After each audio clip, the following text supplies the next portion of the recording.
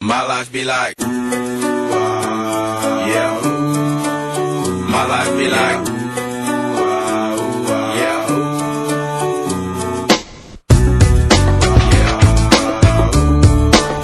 My life be like, yeah. My life be like times like these that make me say, yeah. Lord, if you see me, please come my way. Like leaving breadcrumbs all astray, yeah. Long sacrifice in the price you pay. Assalamualaikum warahmatullahi wabarakatuh. Kami dari kelompok 8 mata kuliah Psikologi Komunikasi yang beranggotakan saya sendiri, Nurul Aisyah Hilyanti, dan kedua teman saya, Nur Aini serta Muhammad Rijal Husain. Kami dari Prodi Komunikasi dan Penyiaran Islam semester 4 Lokal 1. Di sini kami akan memaparkan mengenai materi teori interaksi simbolik. Sebelum mengetahui tentang teori interaksi simbolik, saya akan menjelaskan sedikit sejarah tentang teori interaksi simbolik. Tokoh dan pencetus dari teori ini sendiri bernama George Herbert Mead, dan sapaan akrabnya disapa dengan Mead. Mead lahir pada tahun 1863 di kota kecil yang bernama Massachusetts dan meninggal pada tahun 1931. Karir Mead berawal saat beliau menjadi seorang profesor di kampus Oberlin, Ohio. Mead kemudian pindah dari Universitas Michigan ke Universitas Chicago atas ajakan dari kawannya yang bernama John Dewey. Mead menetap di Chicago selama 37 tahun. Mead sebagai seorang yang memiliki pemikiran yang original dan membuat catatan kontribusi kepada ilmu sosial dengan muncul the theoretical perspective yang pada perkembangannya nanti menjadi generasi setelah Mead merupakan awal perkembangan interaksi simbolik, di mana pada saat itu dasar pemikiran Mead terpecah menjadi dua mazhab school.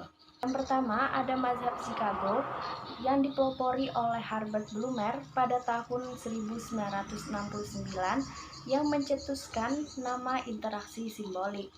Dan mahasiswanya, Blumer melanjutkan penelitian yang telah dilakukan oleh Mead. Blumer melakukan pendekatan kualitatif.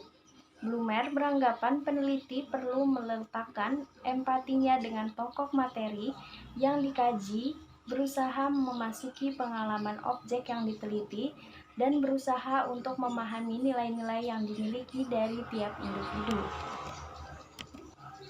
Yang kedua, mazhab Loa yang dipelopori oleh Manford Kuhn dan mahasiswanya pada tahun 1950 sampai 1960-an dengan melakukan pendekatan kuantitatif, di mana kalangan ini banyak menganut tradisi epistemologi dan metodologi post-positivis, yakin bahwa konsep interaksi simbolik dapat dioperasionalkan, dikuantifikasi, dan juga diuji. Jadi, teori interaksi simbolik menurut perspektif interaksional merupakan salah satu perspektif yang ada dalam studi komunikasi yang barangkali bersifat humanis. Interaksi simbolik ada karena ide-ide dasar dalam membentuk makna yang berasal dari pikiran manusia, diri, hubungan interaksi sosial, dan juga makna di tengah masyarakat. Tiga tema pokok pemikiran George Herbert Mead yang mendasari interaksi simbolik antara lain yaitu: yang pertama, pentingnya makna bagi perilaku manusia. Yang kedua, pentingnya konsep mengenal diri. Dan yang ketiga adalah hubungan antara individu dengan masyarakat. Selanjutnya yaitu tiga konsep pemikiran dari George Herbert Mead.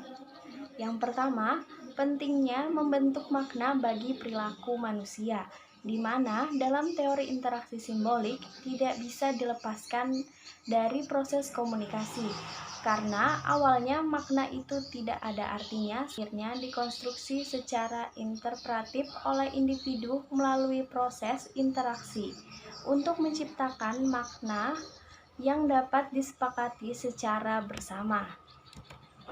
Konsep diri atau self-konsep, di mana pada tema interaksi simbolik ini menekankan pada pengembangan konsep diri melalui individu tersebut secara aktif, didasarkan pada interaksi sosial dengan orang lain.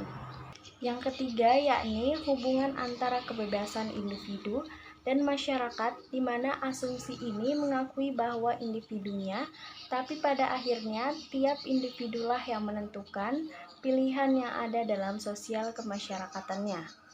Yang ketiga yakni pembahasan mengenai implikasi dalam ilmu, teori, dan metodologi.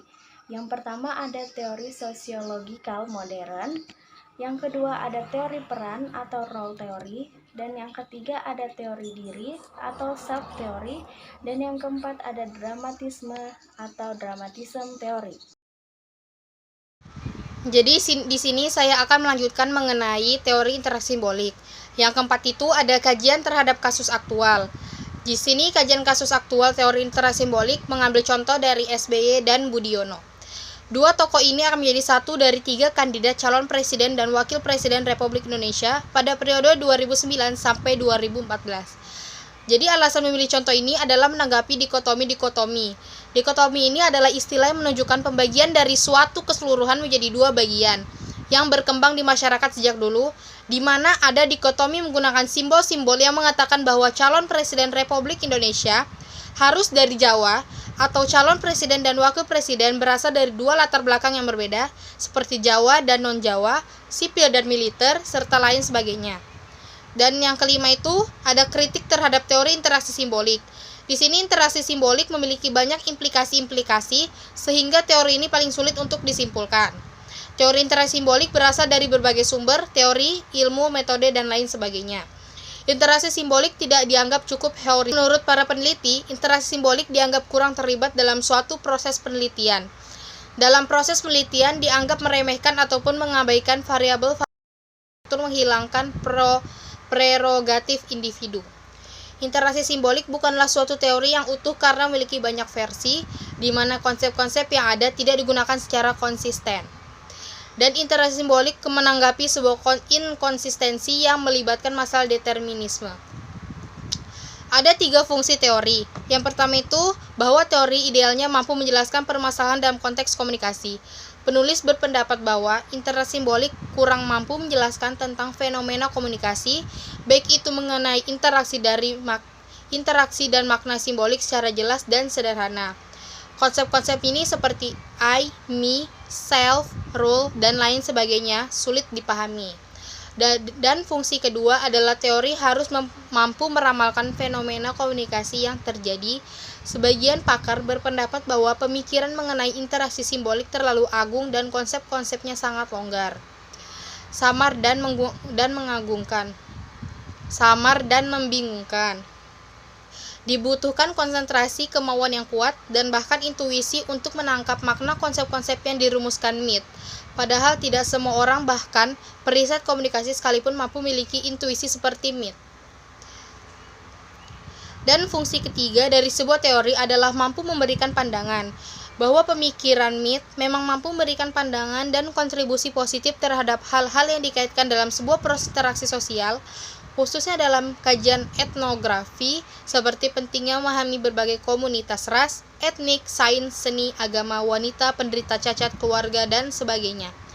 Namun, pandangan Mead sulit diterima dari berbagai pihak, karena Mead mengabaikan unsur-unsur kekuasaan dan dominasi dalam masyarakat. 寄り添って見つめる瞳